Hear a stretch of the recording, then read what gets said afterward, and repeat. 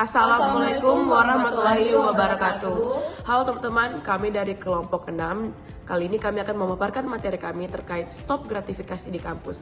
Namun sebelum itu, perkenalkan nama saya Aurela Angelikalau dengan NIM B501 22080. Perkenalkan nama saya Tiara dengan NIM B501 22079. Perkenalkan nama saya Novia Elizabeth Franz dengan NIM B501 22100. Saya Ana Miroa NIM B501 22049. Saya Tasya Pitasari B501 21108. Saya Claudia Tenggeli dengan NIM B501 22071. Berikut materi kami. Baik, kelompok kami akan membahas tema kampanye yaitu stop gratifikasi di kampus. Nah, gratifikasi merupakan pemberian uang dalam arti luasnya pemberian uang, fasilitas ataupun juga rabat, komisi dan sebagainya.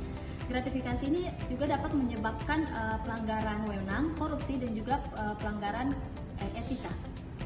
Dasar hukum gratifikasi masuk dalam Undang-Undang Republik Indonesia Nomor 20 Tahun 2001 yaitu tindak pidana korupsi. Nah, ada dua syarat apabila gratifikasi ini dapat melanggar tindak pidana tersebut, yaitu apabila diberikan atau diterima oleh pegawai negeri dan penyelenggara negara hingga mempengaruhi keputusan dan kinerja penyelenggara negara tersebut.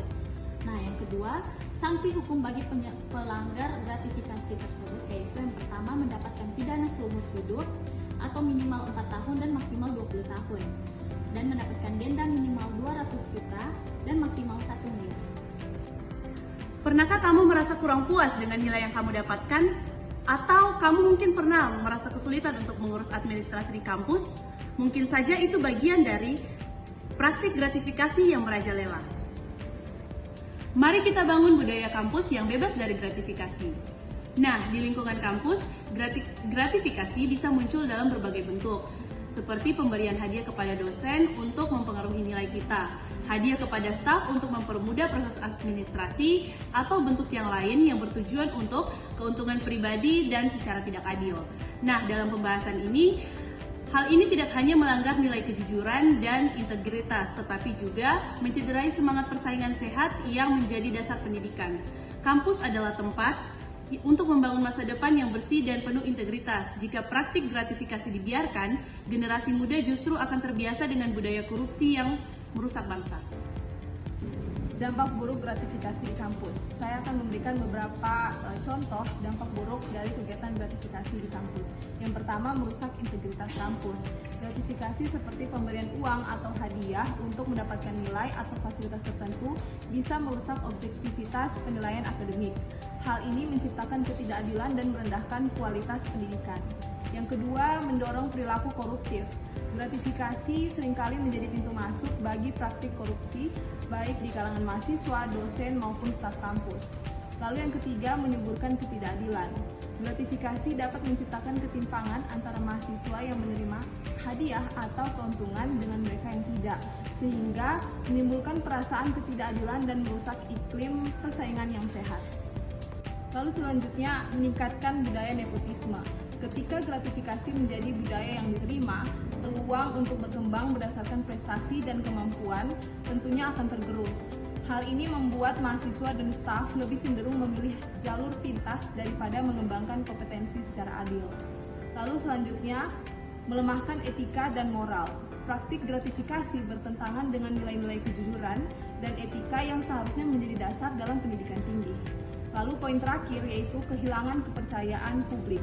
Jika kasus gratifikasi tersebar luas di lingkungan kampus, baik itu di kalangan mahasiswa maupun pengelola, hal ini dapat merusak reputasi institusi pendidikan dan mengurangi kepercayaan masyarakat terhadap kredibilitas dan kualitas pendidikan yang diselenggarakan. Cara mencegah gratifikasi yang pertama, peningkatan kesadaran, di mana meningkatkan pemahaman dan kesadaran kita akan bahayanya gratifikasi. Yang kedua, penerapan sistem pengendalian gratifikasi yang transparan, di mana contohnya pemeriksaan laporan. Yang ketiga, menghindari konflik kepentingan, misalnya menghindari penerimaan hadiah-hadiah atau suap. Yang terakhir itu menerapkan sanksi bagi para pelaku gratifikasi. Baik, di sini saya akan menjelaskan apa saja yang bisa kita lakukan. Yang pertama, tolak dan laporkan. Jika kamu ditawari atau menyaksikan praktik gratifikasi, segera tolak dan laporkan ke pihak yang berwenang di kampus. Yang kedua, berani jujur. Raih prestasi dengan usaha sendiri tanpa bergantung pada pemberian yang tidak pantas. Kemudian yang terakhir, edukasi diri dan orang lain.